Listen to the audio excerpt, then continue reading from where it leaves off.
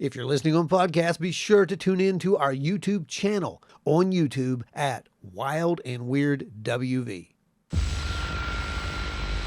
Welcome to Wild and Weird Radio, a Wild and Weird West Virginia podcast.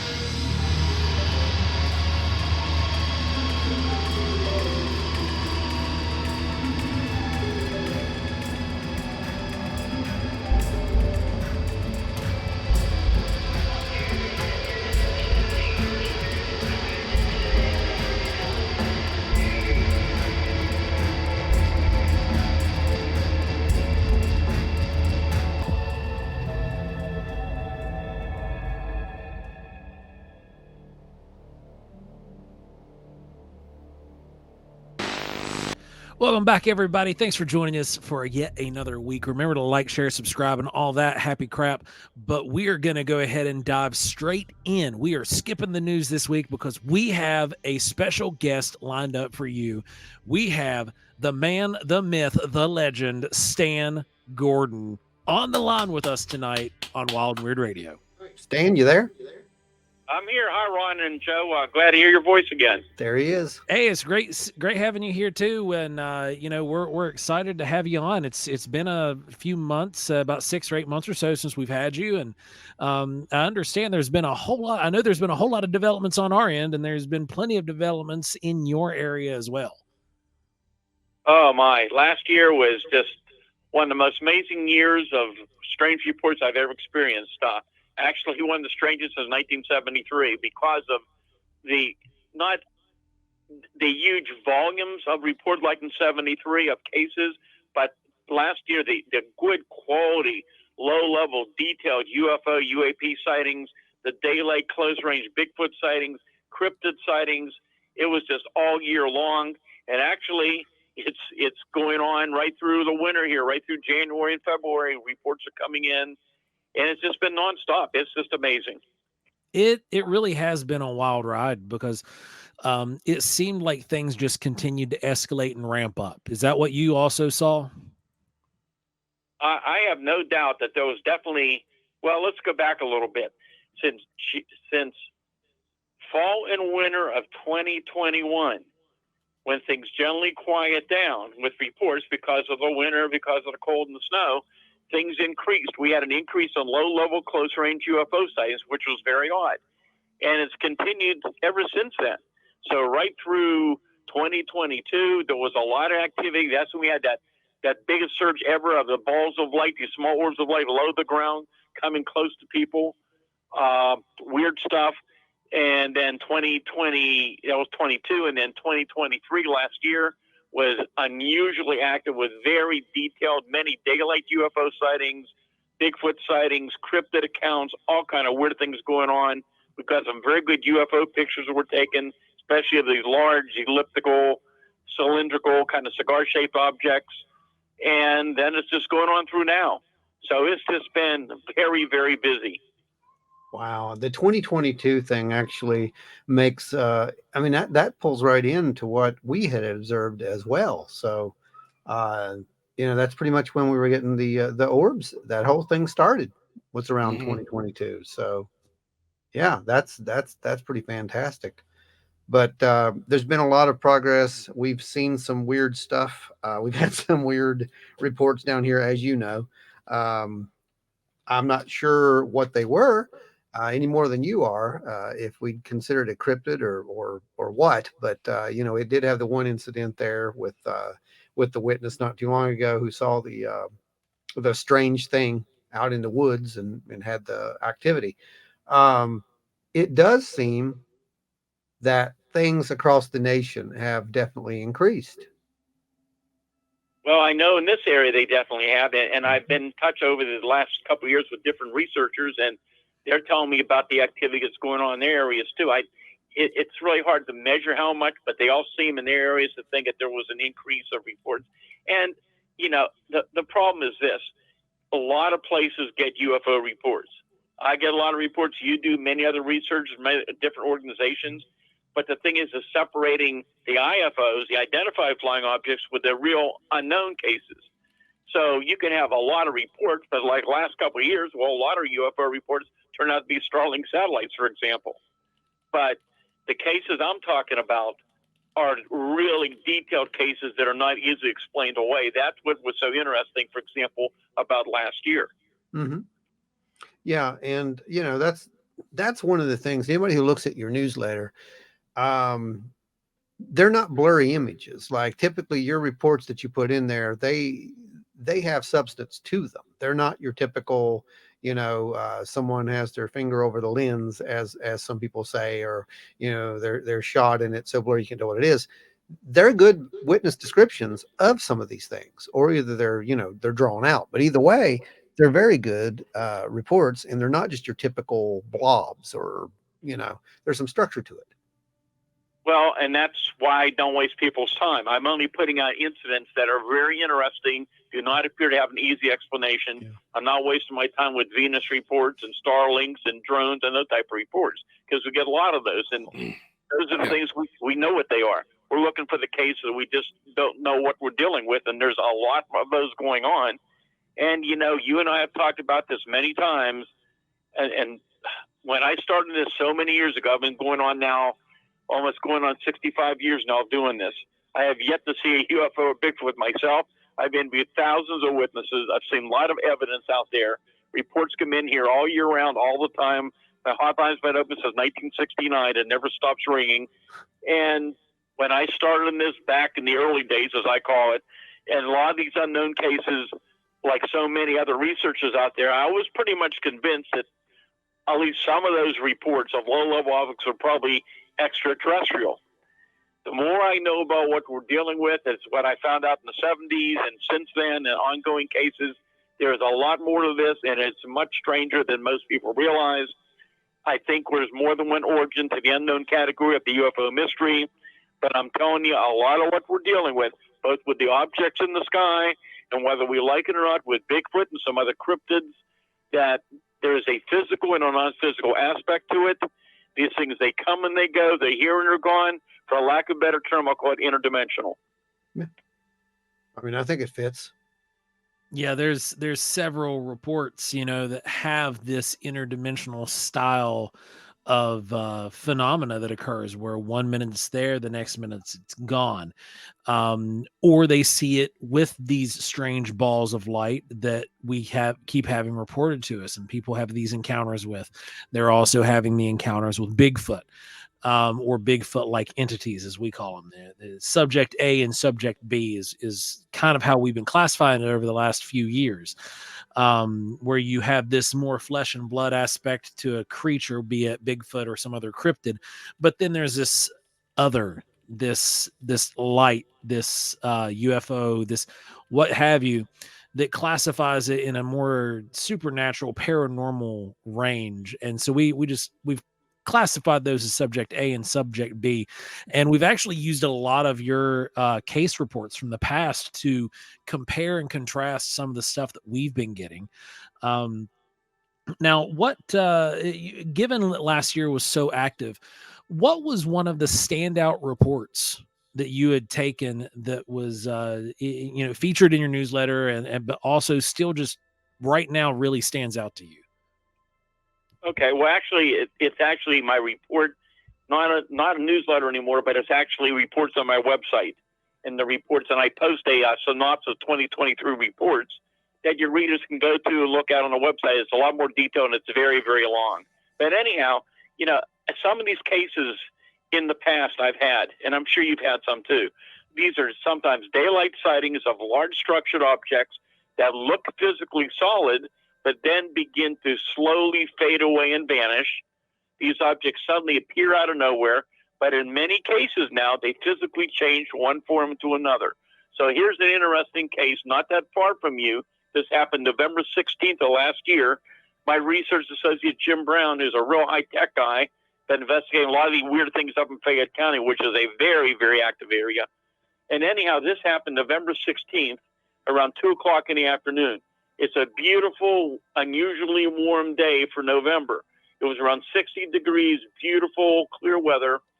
And this neighbor just happened to be looking out her window and sees this object over top her neighbor's home about 50 feet above the roof of the house that looks like a solid black triangle. So she continues to watch this thing, but it's changing from one physical form to another, from a triangle to a square and back to a triangle.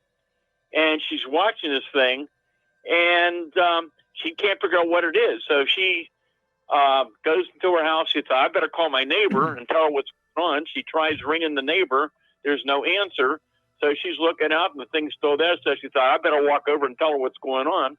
She finds the neighbor was outside working in her yard. The neighbor had no idea this thing was hovering over the top of her house. So the neighbor pointed it out to her. Then they both were watching this thing, and they're watching as this thing has moved up to about 500 feet in the sky, which is still low, changing form. They both go into great detail about it. And as they continue to watch it, it climbs higher into the sky for about 2 or 3 minutes till it becomes a dark spot in the sky, and it was gone. Wow.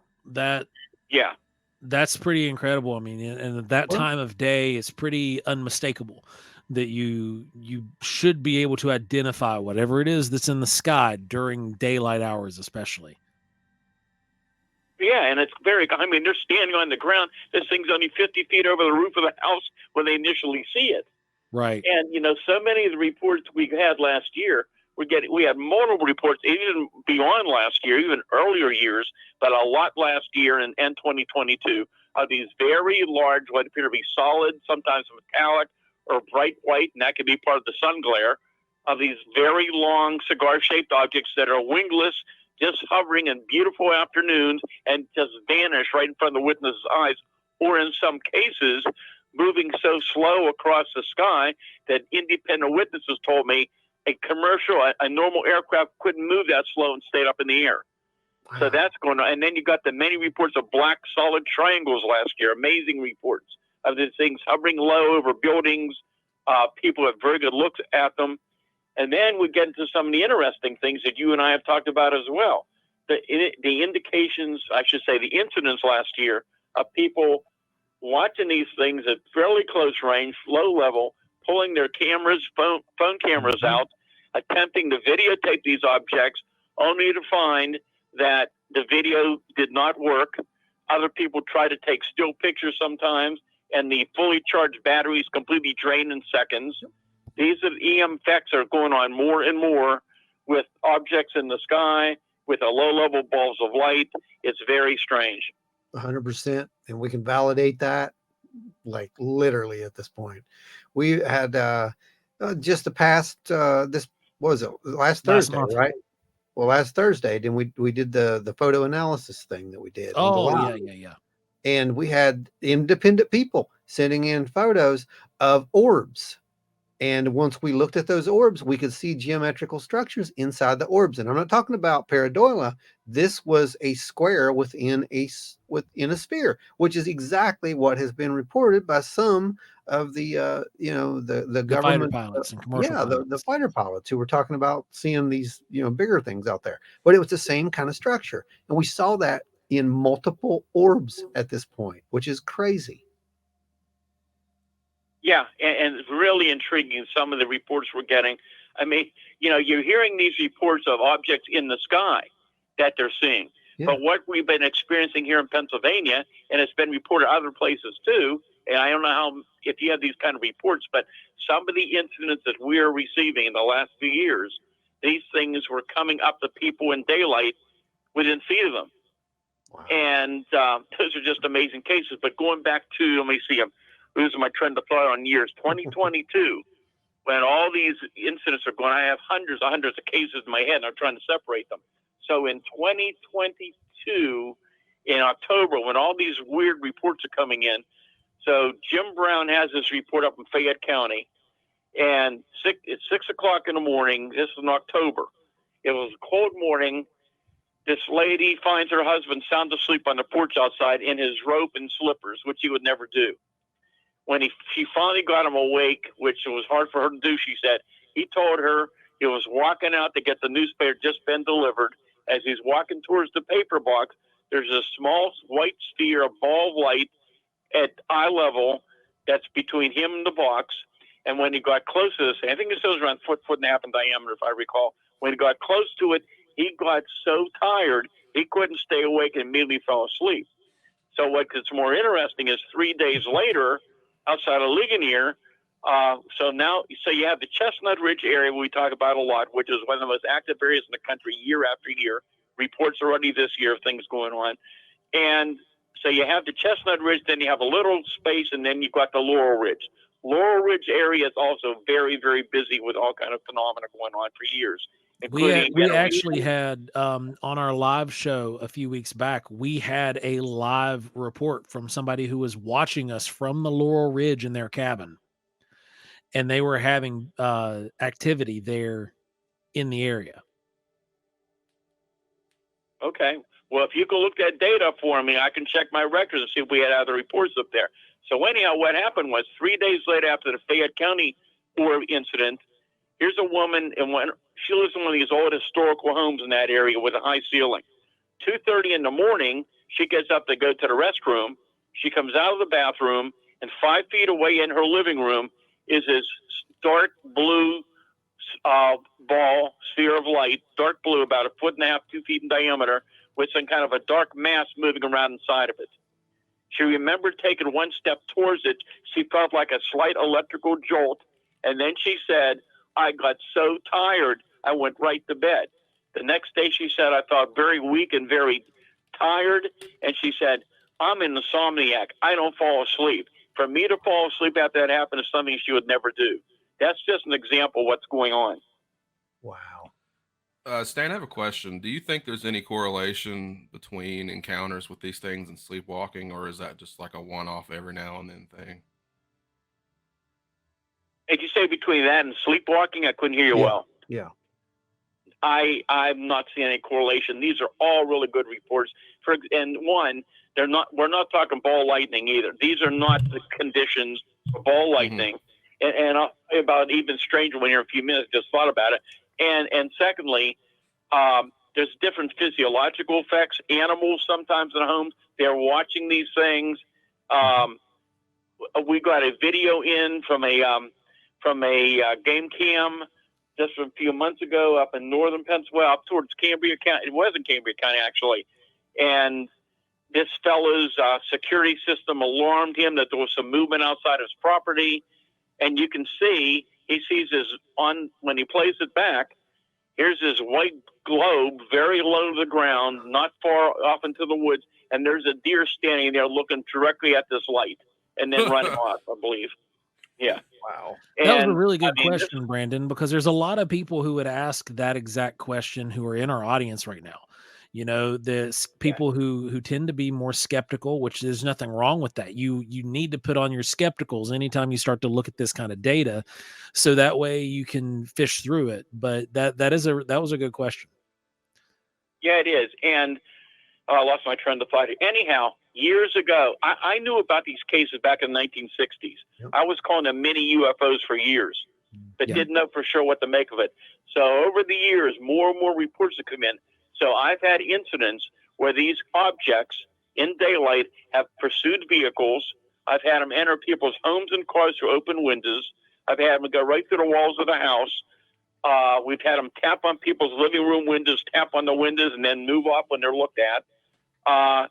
And then you've got the really strange stuff where, for example, in Pennsylvania and now all over the country, I wrote about this back in the 70s and many times since then, in areas where you have a lot of history of Bigfoot activity, you have hunters and just people walking in the woods and researchers who are seeing these small spheres of light in the areas where there's a lot of Bigfoot activity.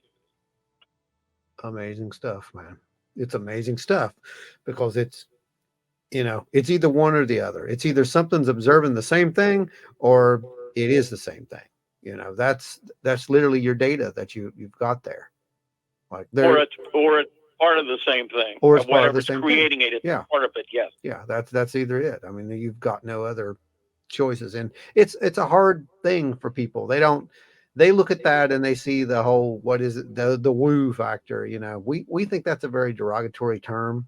And there's nothing wrong with paranormal phenomena. There's nothing wrong with it at all. It's just something we haven't defined. It's something that we haven't really I guess put the limits on, because it doesn't have any limits that we know of at this point. We don't even know what we're dealing with. but I can't. Nobody knows what No. we're dealing with. No, sir. And that's the whole thing. This is going on. It's not just in one area. This is going on all over the world. That's right. It's going on more and more. We're getting more and more reports of these type of things. You know, when I started finding these things out, this was something I was not looking for. I mean, back in the 60s, I was investigating Bigfoot sightings in Pennsylvania. I was convinced back then a Bigfoot was an unknown primate, some type of unknown animal. Yeah. Then 1972 comes around, and then mainly 1973. And you got to remember, that's when I had, luckily, my first research group was started in 1970. And by 1973, I had it set up so that we could respond to cases across the state of Pennsylvania. But in the group, I mean, we had scientists, engineers, technicians, police officers, former military specialists, all kind of specialists. We all did this around our full-time jobs. It was all volunteer. But we were able to respond to these cases very quickly and document these things.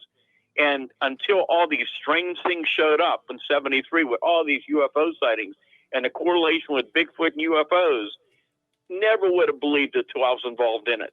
And now it's going on all over the country and around the world, the same type of thing. And I keep stressing, when I talked about some of those cases, we can talk about them again. I'm sure we talked about some of the past where we had a direct UFO Bigfoot correlation. Mm-hmm. I'm not suggesting that Bigfoot was a passenger in a spaceship from another planet. I'm saying that we don't know for sure what these objects are, and I think we're dealing with something, once again, that has a physical and a non-physical component to it. For lack of a better term, I think it's interdimensional. And then there was that case in September 73, north of Pittsburgh, where you had the two witnesses waiting for a friend. They see this 7-8 foot tall Bigfoot creature with white hair running across the road, but in one of its hands is carrying a small glowing ball of light. And as it ran into the woods a short time later, this object came across the sky, projected a beam of light down into the woods where the creature ran into. That's just an example.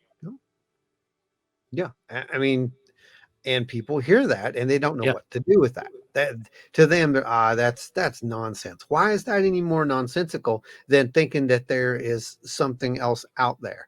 Like, I don't see a difference here. It's never been a problem with me because I've seen too many weird things to know that I know there's some different stuff out there. I just don't know what it is. And that's why we try to get the data. And the data is pointing us in these directions. There's an escalation of these events that we have seen. It will start with one type of sighting, and then it'll build its way up, just like what happened at Wineberry, right, Joe?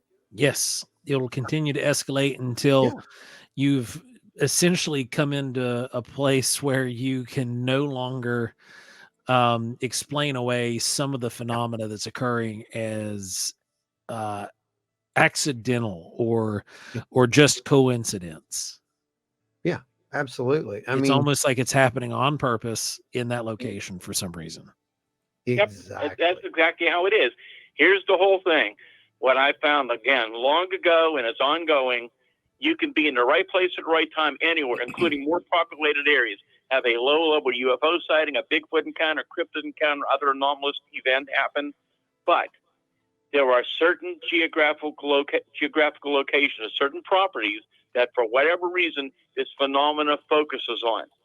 And some of these places have a long history of paranormal, but then they have UFO sightings and the balls of light and Bigfoot and cryptids and weird screams and apparitions and all kind of things going on, sometimes for years and years. And there are places like this in Pennsylvania. They're all over the country now where this is going on. It's very similar to Skinwalker Ranch. What I was dealing with in the 70s was Skinwalker Ranch activity long before we knew about Skinwalker. Now these things are happening all over the world. You literally just described Wineberry.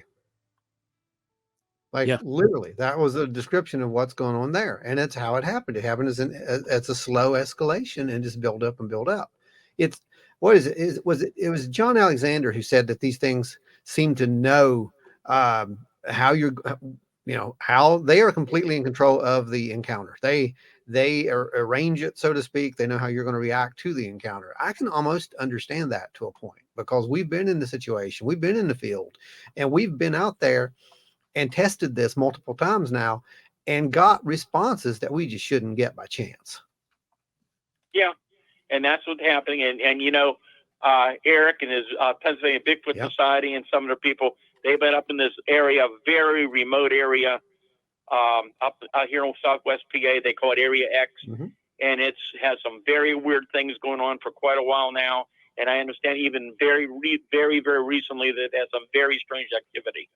Yeah, this is common, like you said, and I think there are geographical areas. I think there's a lot of them, is what I think. I don't think any one of them is just, any stronger. I hear people will talk about like you said, Skinwalker Ranch. That's just one we know about because there's a TV show, and because a millionaire, bought out, and did some research there. But there are places that have existed long before this, and the Chestnut Ridge is one of those places.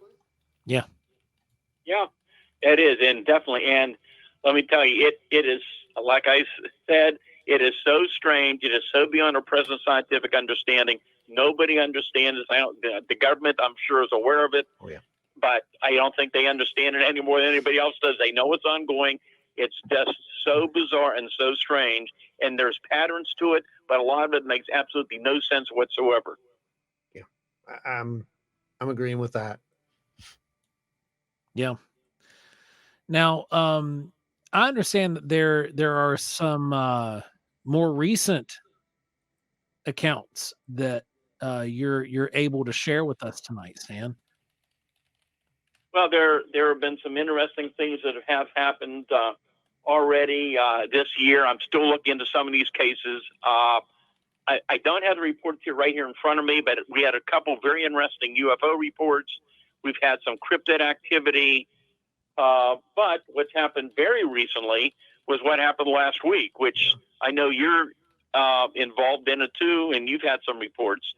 But this was really interesting. It happened of all days, Valentine's Day evening, February 14, 2024. And that was actually one of the ones I was just seeing on your website. There you go. Yeah, and if you notice, I have put out hardly any information, just the fact that, yes, reports are coming in, because I don't want to I want people to be able to tell me their reports and their details before they know about what other people saw, and to be able to compare these cases. And that's what I've been doing now since it happened, because the next day after the occurrence, my phones were ringing, the email reports were coming in. It was really interesting to see other researchers emailing me, telling me things that I was getting, the kind of reports that were coming in from widespread areas. We began to find over the next few days that it wasn't just in Pennsylvania, but there were reports coming in from, for example, you had reports West Virginia, and then later I had reports from, for example, Maine, Michigan, and Lon Strickler's had reports from Canada. What's so interesting is the details are extremely similar. They're quite unusual. This thing was at very, very high altitude, apparently, for people to be able to see it hundreds of miles away within the same time period. And the details are very, very similar. So it's a very intriguing case. So far, when I first heard the reports come in, my first thought was, well, maybe there's some connection here with with a space launch, with one of the experiments going on. But so far, we've not been able to find any correlation with any launches. And even what was reported seems extremely highly unusual to be associated with any type of launch activities. So it's still a mystery. I plan on, hopefully in the next couple of days, to put up a report on it.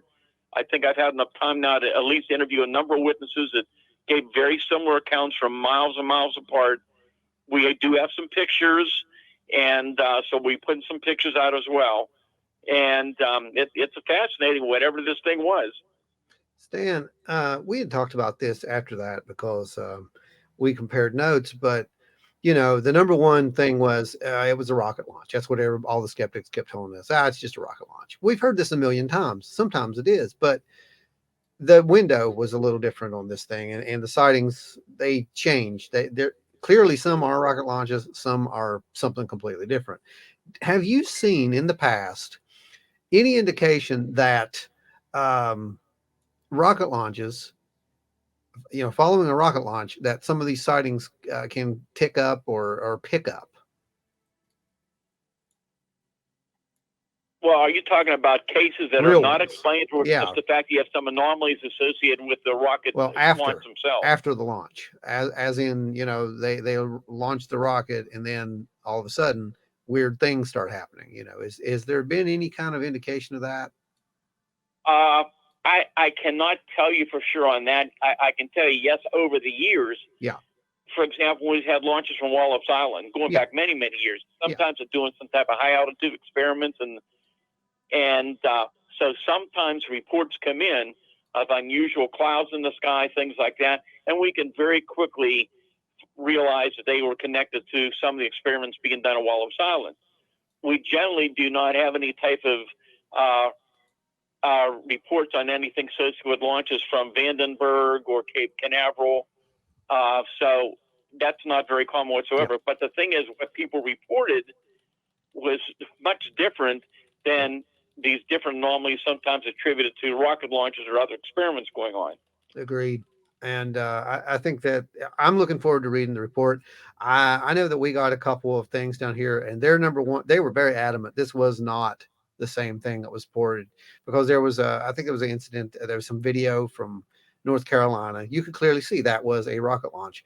And then you've got these other ones are like, well, this thing wasn't a rocket launch. There was other lights beside it. And, it's like, there's something else happened. Something else happened that evening. Well, I can just tell you some of the real basics. Yeah. The basic thing is this thing was moving very slowly. Yep. It got brighter and brighter. I mean, intensely bright. And people said it was brighter. Some people said it was brighter than the star Sirius, or even got brighter than Jupiter at times.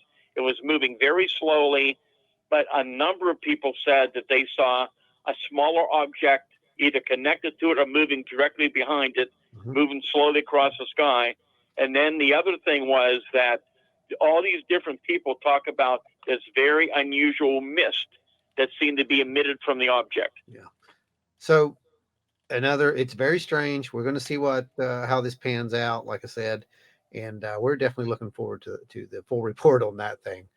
We always post those up on our group, by the way, whenever you send out your website, any of those report updates. Yeah, we always put those up there for everybody, so they can go over there and take a look at that.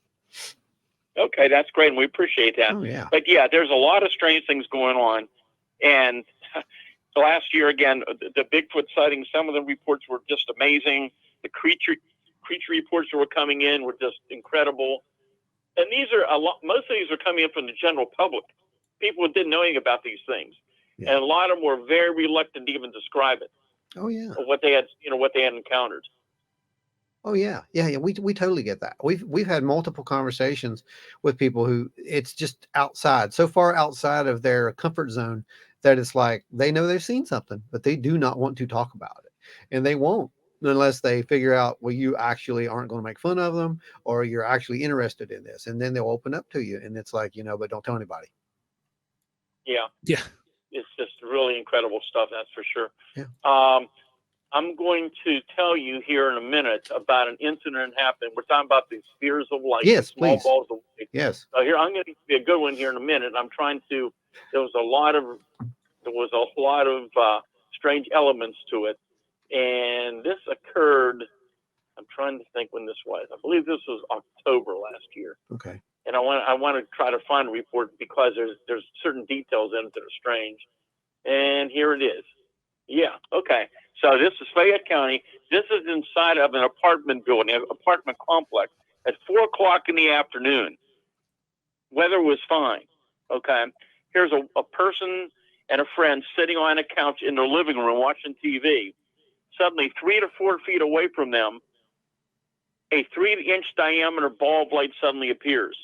The object had definite rounded shape where the glow was kind of a light golden color. It made no sound. There was no odor. The object was moving, like fluttering around in the living room. And then as they're watching, it rose about 4 feet higher in the living room, just hovered around. And then suddenly, about 10 similar small objects suddenly appeared. Weren't sure. It may have come out from the original one. And these small lights were all flooding around about a 6-foot area for about 1 to 2 minutes. They were all together, and then suddenly they vanished. They may have joined back to the original one. They weren't sure. It happened so fast. The main ball of light was moving around in the room and went behind the television, and they never saw it again. Wow. That's wild. What do you guys make of that? I mean, when you see something like that in your house, which we've had a few incident reports like that have been sent in where these balls of light show up and shadows in the house, and Yeah. they're accompanied with shadows. Yeah. Yeah. It's Yeah, very, to me, it's alarming that these things are not, one, they don't seem to be playing by any kind of rules of physics. They just poof, there they are. Then these shadow entities, and we're actually getting ready to do an investigation in a house where this has occurred. We're getting everything in order right now because there's been multiple sightings like this that have taken place in this house, and it's actually very close to us.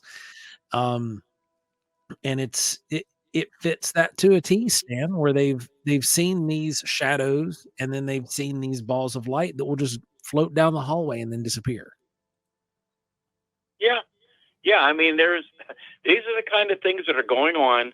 And, again, I talked about the strange things, the strange elements with Bigfoot. I've talked about this many times. I have many incidents I've written about in my books, and other ones I've posted and I've talked about in lectures, whatever. I mean, and a lot of Bigfoot reports and a lot of reports I investigate have been in daylight at very, very close range. So when we're talking about close range, I mean, we've had instances where these things were 5, 10, 20 feet away from people. There was no way they misidentified them as bear. They know what they saw. And so these cases are really, really interesting. But in a lot of cases, they look physically solid. But I have many reports from people over the years who are riding down the road, and suddenly this huge 7, 8 foot tall hair-covered creature suddenly appears in the middle of the road right in front of them. They watch it walk a distance. They see it from head to toe, and it's gone. I've had other incidents over the years where they're seeing these things close up. Part of the body looks solid. In other cases, they're more foggy or shimmery or misty looking. And sometimes there's other sections of the body that are out of focus, for example. And then for years and years, starting back in the 70s, is when we began to have those reports when my teams would get out there within hours after a sighting in all kind of weather, including snow. And you have these large series of large footprints with big strides that go at this and then just abruptly end when there should be more tracks. And that's going on all over the country now. Man. Yeah. That's just what do you make of that? You're seeing that kind of thing. Now there's plenty of those that you see coming from the Pacific Northwest. You see that kind of where the pathway ends, so to speak, or where the trackway ends. And from a tracking perspective, there should be no reason something that large would just vanish into the snow. I've heard multiple people try to explain that away in some of the most ridiculous ways possible, and that is that it's backstepping. It's walking backwards in its own tracks or jumping into the trees. Yeah. Which jumping into the trees in the snow leaves its own kind of indicator, because there's an issue there. It would shake all the snow out of the tree. Yeah. And leave tons of remains of snow little plotches in the snow. Go ahead, Stan. Yeah. And I started noticing these reports, of course, back in the 70s, 1973. And always of all the multitudes of Bigfoot cases I work on, there was some that just stood out. And the one case I'll never forget because it was so interesting. I got to know the family well. And this happened Labor Day of 1973 in a little town called Whitney, PA, outside of Latrobe, which is not far from the part of the Chestnut Ridge where there have been sightings for years. And it was during that massive Bigfoot wave. It was going on for weeks and weeks in those areas, and there was a lot of news about it in the newspapers at the time. I don't generally use names, but I was given permission to use this fellow's name. He's deceased. Chester was a retired coal miner who did not believe in Bigfoot. He and his wife and neighbors were on their porch the night before laughing about the Bigfoot stories in the paper. About 4:30 in the morning, the next morning, he hears this big bump against his mobile home. He thought somebody was breaking into the garage he had behind his mobile home because he had a nice antique car in it. So he leaves the light out and he goes look out the window. And standing basically a foot away on the opposite side of the window, looking away from him towards the neighbor's house, is this 8.5 to 9 foot tall Bigfoot that's towering over top of his trailer. He's watching this thing. It has his arms crossed in front, looking away. He's looking at this thing, and the poor guy had emphysema from working in the mines. He went over and woke his wife, and he said, "My God, that thing they call Bigfoot is on our porch." So she comes over and look, oh my God, what are we going to do? So anyhow, poor Chester could barely breathe. They made their way over to the phone. They bumped into the wall on the way over to the phone. Well, back in those days, we had the real phones. We had a dial and a real operator. And poor Chester, he dialed 0 for the operator to get the state police. And he got a hold of the operator and said, that thing they call Bigfoot, it's on my patio. So I heard the radio call go up from the state police barracks. And within half an hour, they had I believe 6 troopers and 3 cars there. And the state police called me to come out to the scene after they got there. And Chester had cut the grass the night before. So you had this whole series of tracks in this wet grass that went across the patio, down over the hill, and some of the troopers followed the tracks for a distance.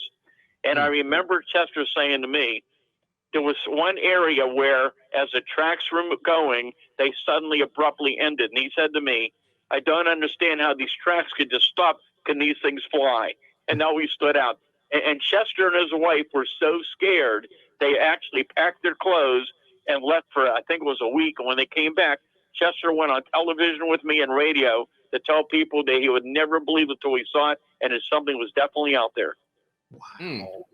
And you know what? That's exactly what happens to a lot of skeptics. They are skeptics until they see it. And then they're trying to get everybody to believe them, even though they didn't believe the first person that told them. We've seen this multiple times. When you see it, it changes your world. It makes you still question what in the world you saw, but it's still quite, it makes you challenge. It challenges you, right, Joe? I mean, that's right. It does. It makes you, it forces you more or less to look through this world through a different lens. It's a paradigm shift. Yeah, you do. It changes your whole life perception. I mean, I've talked to countless people, hunters, outdoorsmen, first responders, who used to laugh about these reports, and once they had their experience, their lives were changed. I mean, there's some people like this from 30, 40 years ago I'm still in touch with, and their lives have dramatically changed, and some of them still can't deal with it. I mean, some of these hunters before the pandemic, I remember interviewing 2 or 3 different hunters who've been out in the woods for years and years, telling about things they experienced at that time and they had never seen before. And these were different hunters in different locations. I remember one of them had tears come out of his eyes, and he said, I love the woods. I'll never go back in the woods again. Oh, wow. Wow. Speaking of that, that's a rough my dad one. told me recently that it was back in the late 90s. He was out by himself before dawn hunting, and he said he heard something out in the darkness that he couldn't see that was circling around him repeatedly. And he said it sounded big and like it might have been on 2 feet, but he never actually saw it. Yeah, well, we've been hearing a lot of things like that, even recently. It's just crazy. And I mean, like I said, some of the Bigfoot reports last year were just amazing. A lot were in daylight, some at night. Here's another one from Fairchance, PA, up in Fayette County, which has a lot of history. This was May 22nd last year, around 11 o'clock at night. Weather was partly cloudy, temperature in the 50s. Jim Brown investigated this case also. And this property owner on his farm, he was getting ready to go to bed when he heard the sound of his cattle carrying on as something was stirring them up and getting them excited. So he first thought it was probably a coyote. So he grabs his rifle and he walks outside and he's looking over in the muddy area where the animals are. And instead of a coyote, here he said it was a hairy man about 8 foot tall in the muddy area. It was standing in the mud approaching the cows. The man yelled aloud at the creature out aloud, which responded by starting to run away from location. He fired one shot over its head, and he told Jim he never tried to hit. He just wanted to scare it off. But all the cattle were accounted for, but the area was just full of mud, and the cattle had tramped all the footprints. So if there had been any tracks, they were destroyed. Convenient, right? Yeah, that happens. Sometimes we get lucky, and there are some tracks. Right. Now it's one of those things too. Like we ran into a similar situation back in 2020 where there would have been an area where Ron had a sighting and there should have been tracks, but it was in a cow pasture. and the ground was just packed as tight as concrete in that area because it had been walked over so frequently by cattle. Yeah, that was the first time I'd ever seen anything like that. I've seen other things, but that was wild. And yeah, it does. It changes your perspective when you see something like that. It's just like, whoa, okay. Well, now, it's not that I doubt anyone before. It's just that I hadn't seen it. So, Well, some of the reports last year, other than Bigfoot, we had Thunderbird reports. Yep. We had Black Panther sightings, which that is another story, which is very strange and unusual. Again, other cryptid kind of reports. So going back to July of last year, up in Area X, where Eric Altman told me about some of the things that are going on up there. So on that particular day, there were several investigators up there. They were reporting rock throwing, heavy footfalls, and a bright red orb below the ground. They reported seeing a tree was pushed over, and there were two sightings of some kind of hominid creature. One witness saw it first in front of the vehicle headlights, but just outside the illumination area. The witness did see a tall figure and could make out a head and eye shine. Soon after, another witness saw a very tall, very thin, kind of a bluish-gray figure with little or no hair that crossed the road very quickly from right to left. It appeared to be hunched over, and that witness was very shaken by the experience. Oh, wow. That sounds almost like that thing Tommy saw. Yeah. That's it really crazy. Does, doesn't it? Yeah, it really does. Wow. Yeah, I don't know.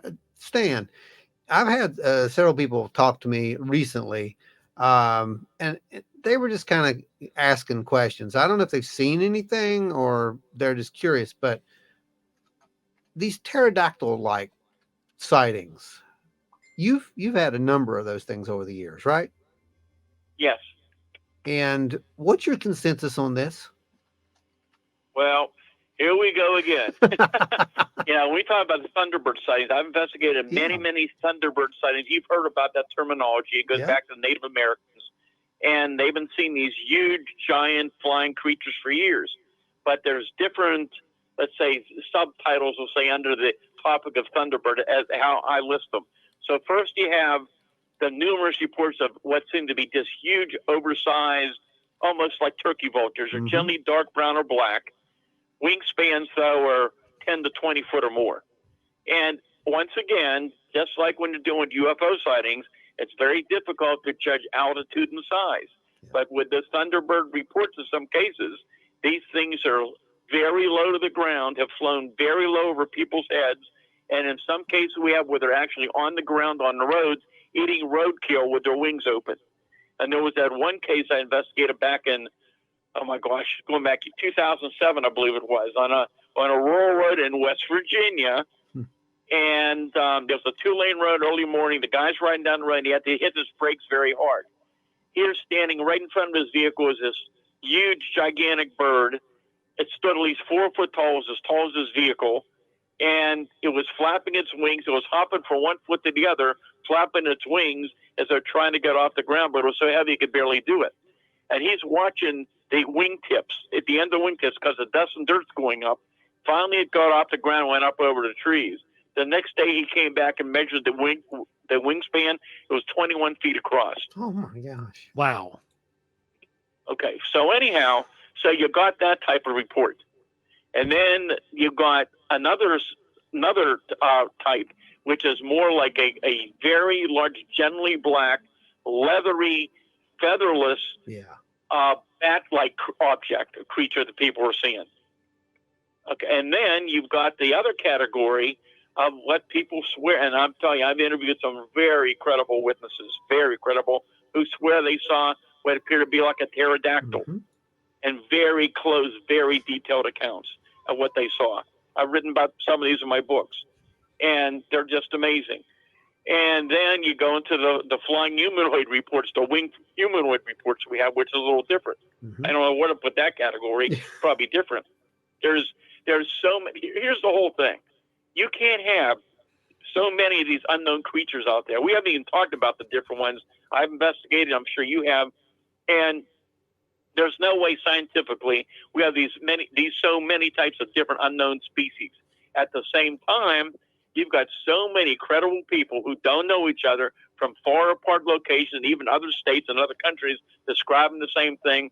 You can't just dismiss the reports. Yeah. There's something else to it. So with some of the Thunderbird reports, I've heard incidents where I've heard of one incident from another researcher up on the ridge where a big Thunderbird was seen, though I believe was white, which are very, very uncommon. Mhm. But in the more recent years, I'm hearing some other reports of huge ones that are white. But in that case, the bird was transparent or translucent. You could see through it as it was moving. I interviewed a guy from out of state a couple years ago. Gave me a very detailed report. He and another person watched this huge flying creature that was luminous. There was a glow around it, and as it was moving, it was illuminating the area as it was passing over. Now, That's a weird one. we had just recorded an episode regarding time dilations, time slips, time travel, things of that nature. And some of the stuff that he was saying that was being witnessed during these out-of-body time travel experiments that he was doing, and in some of the other reports that he had been given, was that these people in period clothing and whatnot would look translucent or have some kind of a luminescent aura around them. Would it be possible that there's some sort of time displacement that's being occurred, or as if there's some kind of a time slip maybe where we're peering into an alternate point in history when these creatures were here, and that's why they appear that translucent or have that aura of luminescence around them? And again, we've heard all these type of things before. There's all these theories out there. Mm-hmm. We know that there's similarities in a lot of these reports, but we're all kind of guessing at it because nobody knows for sure what we're dealing with. Nobody understands the science behind it. But I think these are all possibilities. All we know is there's a lot of similar data for what's going on. And just like the Black Panther reports, I brought that up because it's so interesting. There's no black leopards or black jaguars in West Virginia or Pennsylvania. They've been seeing them for years and years. And sometimes in these areas, when you have an outbreak of Bigfoot sightings and other phenomena, sometimes you have another outbreak of cryptids at the same time. Commonly, it's Black Panther reports. And I think I may have told you this story, but maybe I haven't, so I'll tell it to you. Here's another case that shows you the similarities in some of what we're talking about. So this is February 1983, I believe that's when it was. This is way up in the mountains of Pennsylvania. Early morning, it's a very cold morning. This fellow's coming home, his car's overheating. Pulls into his driveway, goes into the garage, brings out a can of antifreeze. He's putting antifreeze in his car out in the driveway. A few minutes later, here's this loud growl. He turns around about 20 feet away. Here's this large black house cat sitting there growling at him. He didn't get real excited over it because out there in the country, there's a lot of cats roaming around. He goes back to putting more antifreeze in the car. 2 minutes later, here's a louder growl. He turns around to look, and he couldn't believe it. That big house cat has physically grown to twice its size. So he's throwing the empty can at it, and the thing growling at him, and it turns around, starts walking out the road outside that's well illuminated. The guy runs into his house to get his pistol. He said when he came out a few minutes later, he couldn't believe what he was seeing. He said that big house cat that grew twice its size looked now like the animal he saw in the zoo, like a big black panther, like a leopard or jaguar, but it had glowing yellow eyes, was hissing at him. He said he took a shot at it. He didn't know if he hit it, but seconds later, it vanished right in front of his eyes and was gone. Yeah, that is definitely a bizarre account. That clearly that classifies more into the paranormal world than it would any kind of cryptozoological. Yeah, there's actually a myth in the upper part of West Virginia. I think somewhere around Morgantown, there was a story that a coal mine had a cat that would come out of the woods and had glowing yellow eyes that were like Wampus headlights cat on a car, and it would walk into a mine before a disaster would happen. Yeah, you hear these reports in many areas. That area, it's so strange and bizarre. Now, Mm-hmm. I know we're coming up here close on the edge of an hour, Stan, and I wanted to ask you a question based off of modern reports that have been declassified and that have been coming out into the public domain. David Grush, I'm sure you're familiar with who he is at this point. He declared that there was a partnership during World War II and thereafter where a UFO was recovered at first by the Italians, and then the Vatican took possession of it, and the Vatican worked with some kind of a secret operation with the U.S. government and special forces to retrieve this object, bring it back. And it was said, this crashed object was said to have been acorn shaped. Had you heard about that one yet, Stan? Yes, I have. And interestingly, first of all, let me say, yes, I believe David Grush is telling the truth, because a lot of what he's talking about with things I was quite familiar with over the years. And I was in very close contact. I knew Len Stringfield very well. You may or may not recognize his name. He was basically considered the father of UFO crash recoveries. Yes. And he wrote books. He was very well known back in the 50s or whatever. And Len had a lot of very good contacts. And I remember many, many years ago, and I don't remember a lot of details. I wish I'd paid better attention to it then. But I remember him telling me that he had information from sources that the Vatican had in their possession a fully recovered UFO. I don't remember the shape. This had to have been it. There was some kind of books or something with some special title that the Vatican reportedly had that gave a whole history of these type of reports. That's all I can remember. I've heard of that book. This had to have been the same craft at that, especially with that period of time. No, so this is clearly this is purely hypothetical. This object reported by David Grush was acorn shaped, and apparently it's believed that it was a probe, some kind of an interstellar probe. Do you think that there's a connection, especially regarding the shape of this object, to the fallen craft in Kecksburg also having that acorn shape? Well, first of all, we don't have enough data on what reportedly was recovered from Italy, so we don't really know for sure. Stories change over the years. I can tell you, it's rare to hear of acorn-shaped UFO reports, but they do exist. There have been other ones around the country and around the world. I've seen some pretty good photographs of them. They're not that well known. As I've said this, I mean, we could talk about Kecksburg for days, literally. There's so much information on it. Right. And there's so much, and it's a lot more than people know and understand. And if you go to my website, I put out a pretty good article on it on the 58th anniversary last year, which gave a lot of details that people didn't know about it. It's a very intriguing case, whatever the object was. And I've always said I kept an open mind. Was it something that was very advanced, very secretive and man-made, or could have been something that was not man-made? And we just don't know. But there's a lot of things about the case that still has yet to be explained away for the technology of 1965. And it's very interesting. And some witnesses I interviewed, who I believe were very credible, unfortunately, most of them are dead now.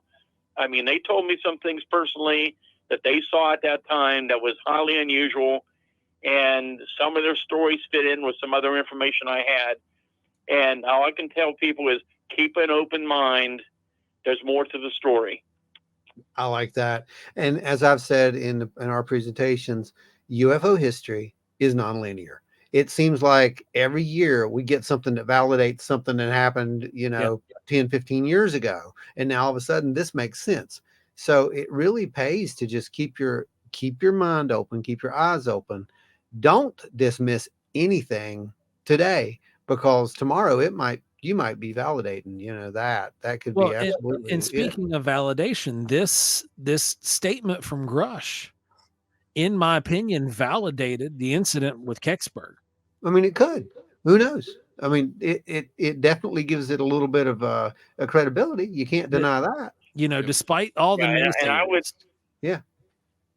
Yeah, well, again, the Kecksburg incident is just amazing. And, of course, one of the most important part about it is, and it was verified from so many people, including many radio, TV, and newspaper reporters who came to Kecksburg that night after reports were that something had fallen from the sky to that wooded area, and they themselves either saw military equipment or military personnel or both. Some of them interacted with them. And, of course, the government claims that the next day there were only 3 Air Force personnel out there. But many, many people saw soldiers, armed soldiers, Air Force personnel. I mean, there was a lot going on at the time. And interestingly, the only official document ever showed up was from the Project Blue Book file. And it was not listed under Kecksburg. It's listed under Acme, PA. And I believe the reason is because I interviewed a family who was involved in the incident. They lived within walking distance of where it fell. They were interviewed by an Air Force officer at the time. But they had an Acme mailing address. Kecksburg is under Mount Pleasant Township.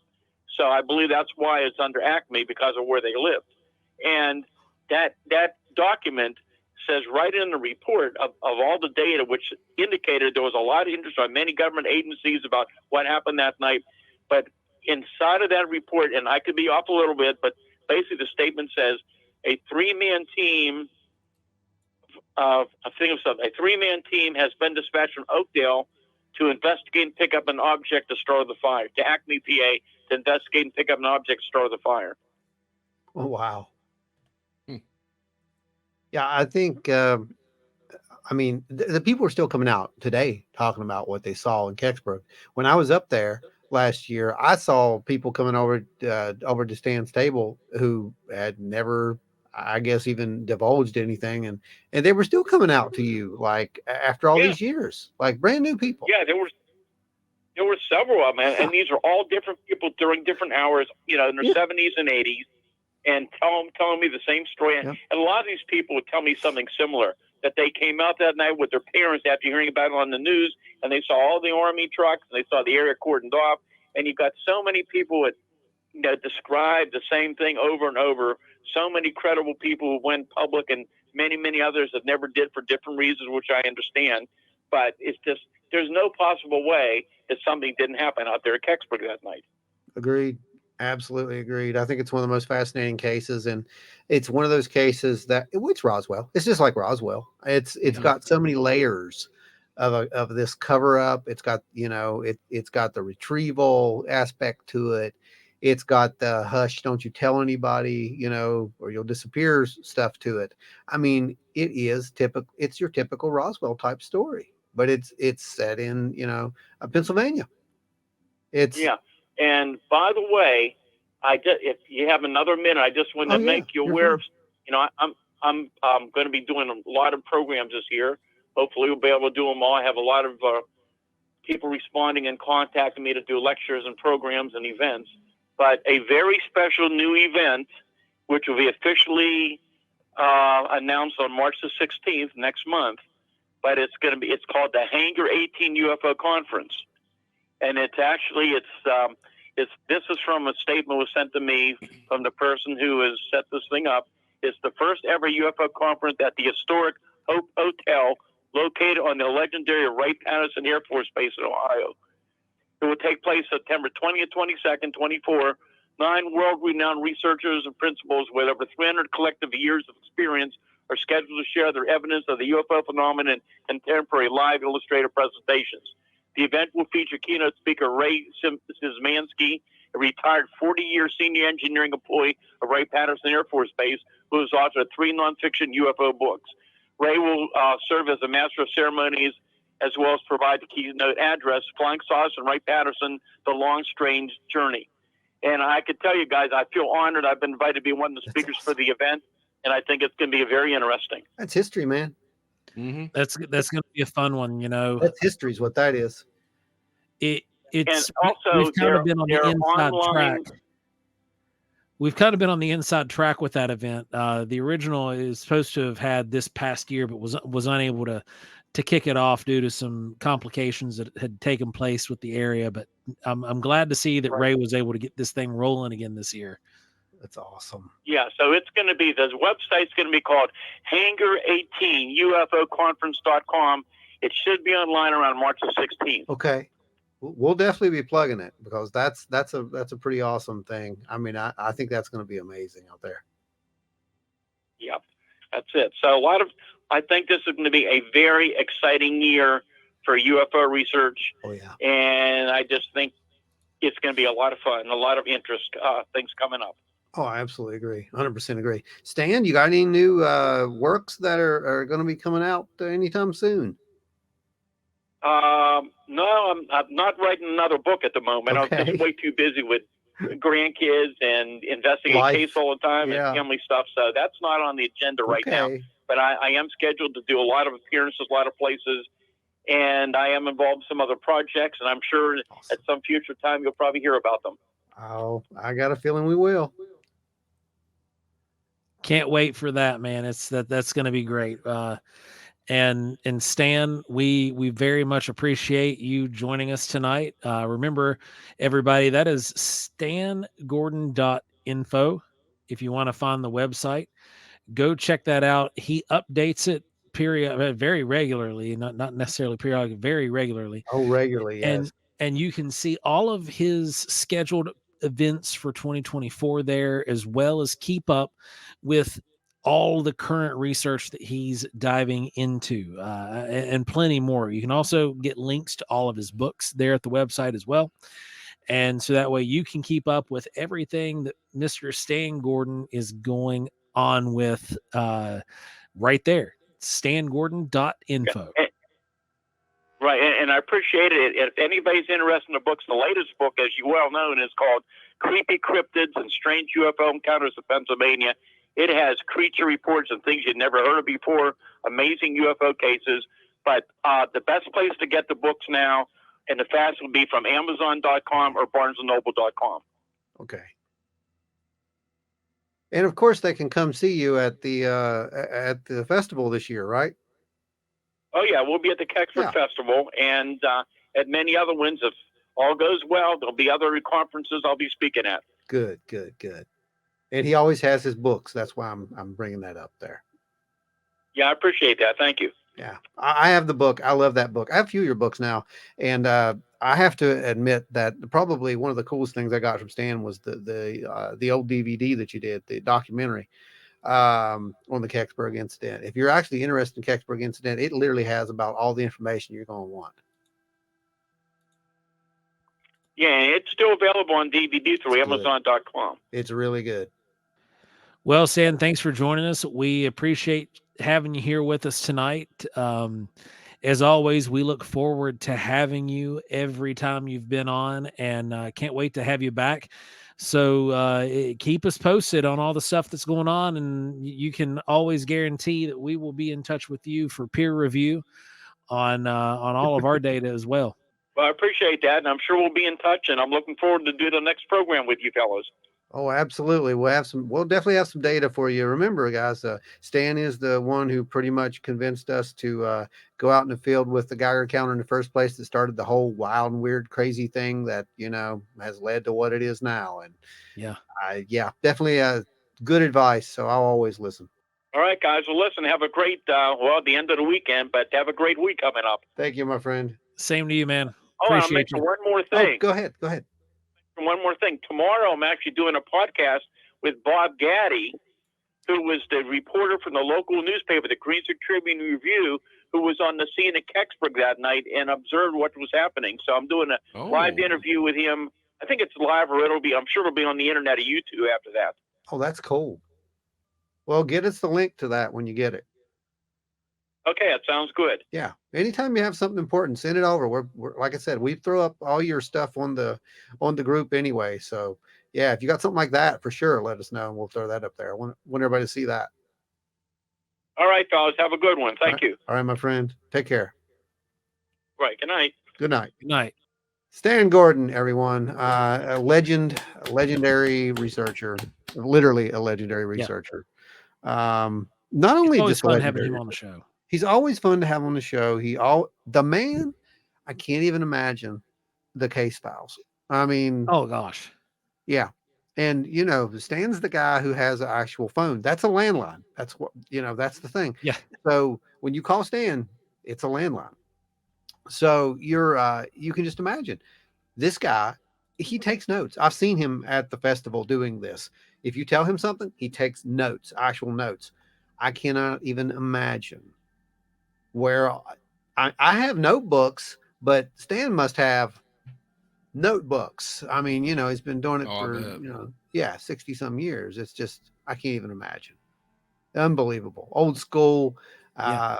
hard, facts right there, tactile. He's That's probably got data, boxes upon boxes filled with boxes. notebooks. But what's funny is he seems to know where everything's at. Oh yeah. That is amazing to me, you know. And he knows his stuff. I mean, he's an old radio ham guy. Um, his radio equipment is just out of this world as far as that goes. But yeah, I mean, always a great time having him on. Yeah. Yeah, it really is. Especially, because you can always rely on Stan to have some kind of new report Yeah. that will validate or correlate with some other crazy phenomena that's going on and help shed light towards what it possibly could be, because it's like there's missing pieces in all of this, that when you put all of these different accounts together from all over the world, it starts to create a string that you can actually pull. No, I mean, it's data, and it's validatable data, I should say. He's had the same kind of experiences that we've had. We've had the same kind of stuff he's had, and at least there's some core to it. There's a core to it, and we can look at those cores and figure out what, there's something going on here, and like we looked at the data before, it's like it doesn't matter what we call it. We can call it alien, we can call it extra dimensional, we can call it doesn't matter. The point is, we're dealing with a phenomena that is intelligent or seems intelligent. It interacts with us. It behaves differently around people. It wants to be seen. That's interesting to me, because if you're dealing with something that doesn't want to be seen, it's not going to be seen. But we're dealing with these things that want to be seen, as in the cases that we were showing there on the live, talking about some of these cases. These people had seen these orbs. Those orbs wanted to be seen. If they especially the ones that appeared in people's homes. Right. Yeah. Right. There's no hiding those No. at that point. No, it's not. It's not that these things are just happen to be there. It's like they appear. They're there. And poof, there it is. Well, why is it doing that? Because, if you observe it, it may just, scoot off into another direction or change shapes or change forms. That's an interaction of some sort. Yeah. And it's an intelligent interaction. That's not just a, and then you have to ask yourself, oh God, I did it again. You have to ask the question, how is it aware of me? It doesn't have eyes. It doesn't have tactile responses. How does it know that I'm looking at it or in its direction? Why is it behaving? Why is it reacting like that? What if it's all eyes? Right? No, I mean, really, that's the whole point. You're dealing with because something there is an awareness to these things. Like they are conscious with no better terminology, non-human intelligence. Maybe that's what it is. It's just pure consciousness. That's where I'm kind of going with this, Brandon. I'm starting to form this model that we're dealing with, not ripples in time, but ripples in actual consciousness. That consciousness itself, it's all around us. Consciousness, the force, God, whatever you want to call it. It's everywhere. It's all around us, and it is, to me, it is complete intelligence. So are we dealing with these little ripples of consciousness? I know what I just said, and it makes no sense to a lot of people, but if you think about it, you really, really think about it, it's like a brainstorm, but it's a visual brainstorm. Like, what I'm trying to say is, like, say if we go into your brain, right? You've seen these scans, or not scans, these images, these simulations where they show, like, there's light in your brain. You've seen that. You've seen those images, right? Where when you think, your neurons fire, there's a momentary flash of light. There's light there. It's very, very dim. You can't, machines can see it. You can't see it. Think about that for a second. in the grander scheme of things. If you're living in this giant consciousness, those little flashes of light, makes you wonder, doesn't it? Are those some kind of, hints of somebody thinking? What is that? I don't know. So I've heard of people saying that when they see somebody die, they see a little ball of light that will Yeah. come out of them. Yeah. So maybe that's one and one, the same thing. Yeah, it's 100% validated, by the way, in my opinion. I've seen that. It's 100%. And it's not imagination, it's real. And I've talked to multiple people who have seen the same thing. I don't know what that is. But my thing is, I think that could be consciousness. That could be, the Akashic record, so to speak, where everything goes back to this main source of oneness. I don't start sounding like a new age guru, but that's where this thing leads you. It leads you down these avenues of asking these hard questions. And these are questions that people don't want to really ask. Yeah, for anybody who's confused right now, please go back and listen to every single episode of the podcast, and then you might understand something. Pretty much. Yeah, right? I mean, that's kind of what it comes down to, because it's leading into this area where we're dealing with a non-human intelligence that seems to be very, very conscious. Especially when it's navigating the hallways of a house. Exactly. Navigating hallways of houses and reacting when people see it. Yeah, that to me. That goes to show you that it's beyond the physical realm because it doesn't Right. have physical attributes. Right. To me, that's beyond a physical attribute. Yeah, exactly what you're saying. It's beyond a physical model, right? Mm-hmm. And then that's the stuff that people get kind of freaked out about because they see it and they're like, that doesn't make sense. Well, some instances too, there could be a group of people and only a few of them can see it, or maybe even just one person. Bingo. Exactly. And then you have to question why that is, Brandon. See, I stopped myself that time. I think part of it probably is just, the third eye thing. Like, is your mind open to it? Are you actually paying attention to it enough? That's to interesting. Well, I do know that when we had Mike on there, he was talking about seeing the shadow stuff. Remember that? Yeah. And he says that there's actually in the book he talks about if you look out the corner of your eye, a part of your eyes actually seeing in your peripheral is infrared almost. Like you can see just a little bit into the infrared spectrum. You can't see fully into it at all, but you can see a little bit into it. And he speculated that those people who see those things in your peripheral of your vision, and then you turn and then you can't see it. You've heard those accounts before too. In the peripheral of your vision, that there is a spot to where you're actually able to see a small bit into the infrared spectrum. But when you turn your head and you look, then it shifts and you can't see that anymore. You're now looking at it with your full cones of your eyes, so to speak. I mean, I don't know.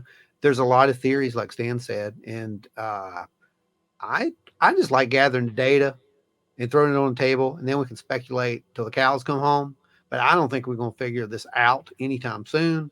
But I do like gathering the data, and I like challenging the status quo, so to speak, and the ones who think that they know everything. I think that's fun, don't you? Oh, yeah.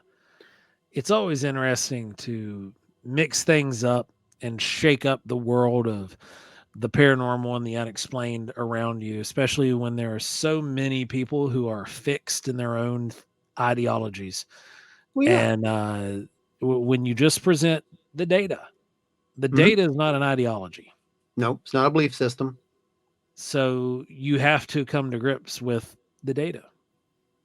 Beyond your beyond your thoughts, beyond your ideology, and you have to look at it for what it is and see where it leads. I think we need new protocols when it comes down to these investigations. I think we need to have these standards of operation. I think we need to examine this stuff and be able to validate or throw out the data if it doesn't fit, rather than just keeping it around. If it doesn't work, it doesn't work. If we want it to work, that's different. that shouldn't be there. If we just want something to work, it shouldn't be on the table. Wanting it doesn't matter. Right. Yeah. You have to look at the data for what the Yeah. data is. If it's data that you've manipulated and added into the fraction, you're on yourself. Yeah. Then no, That's you what I have mean. to just take what's recorded. Yep. Take what's been measured. Yep. Look at those things. Remove any kind of biases. Because if you cannot look at the data outside your own bias, then you might as well just hang up your coat. I agreed 100%. Yeah, absolutely. And so, the only reason that some of these things are on our table, let's make that clear. I know they sound weird. Those aren't based upon belief systems. Those aren't based because, some of us have experienced or seen these things. Those are there because they fit, because they are part of the data that has been collected multiple times now, and it cannot be ignored, no matter how much we'd like to ignore it.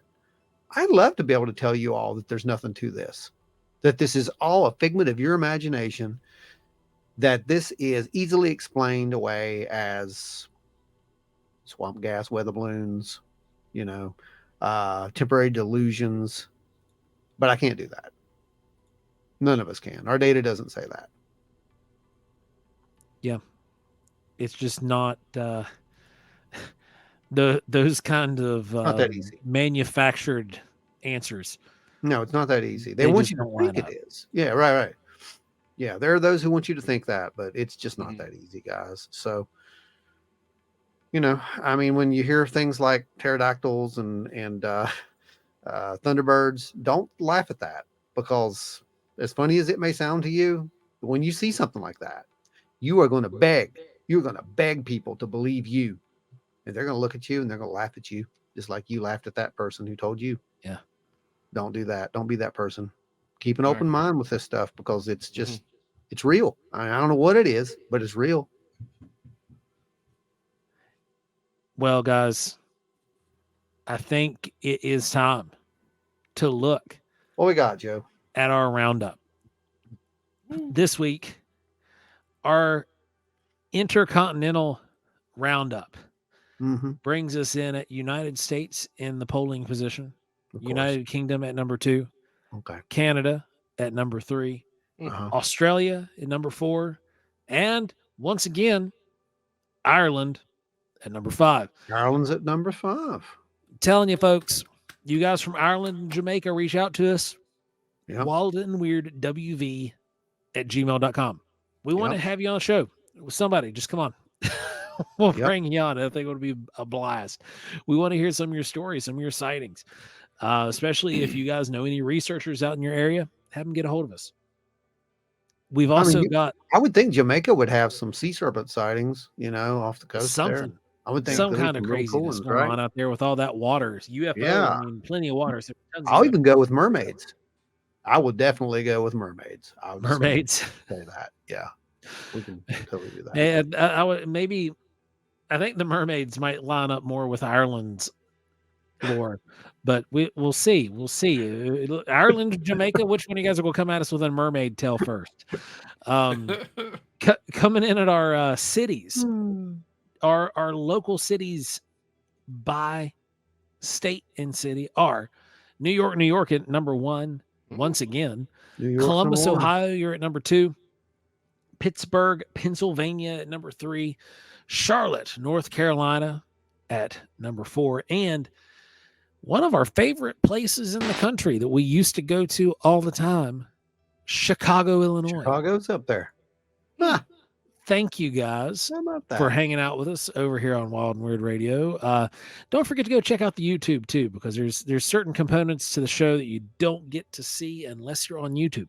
Come hang out with us if you can on Thursday nights at 8 p.m. Eastern. That's our live show. And it is 100% driven by you and 100% kept free by the audience of Wild and Weird Radio. You guys are absolutely amazing. We thank you all. We couldn't do this show without you. It's like, comedic group therapy. There you go. That's what it is. That's what Thursday night is.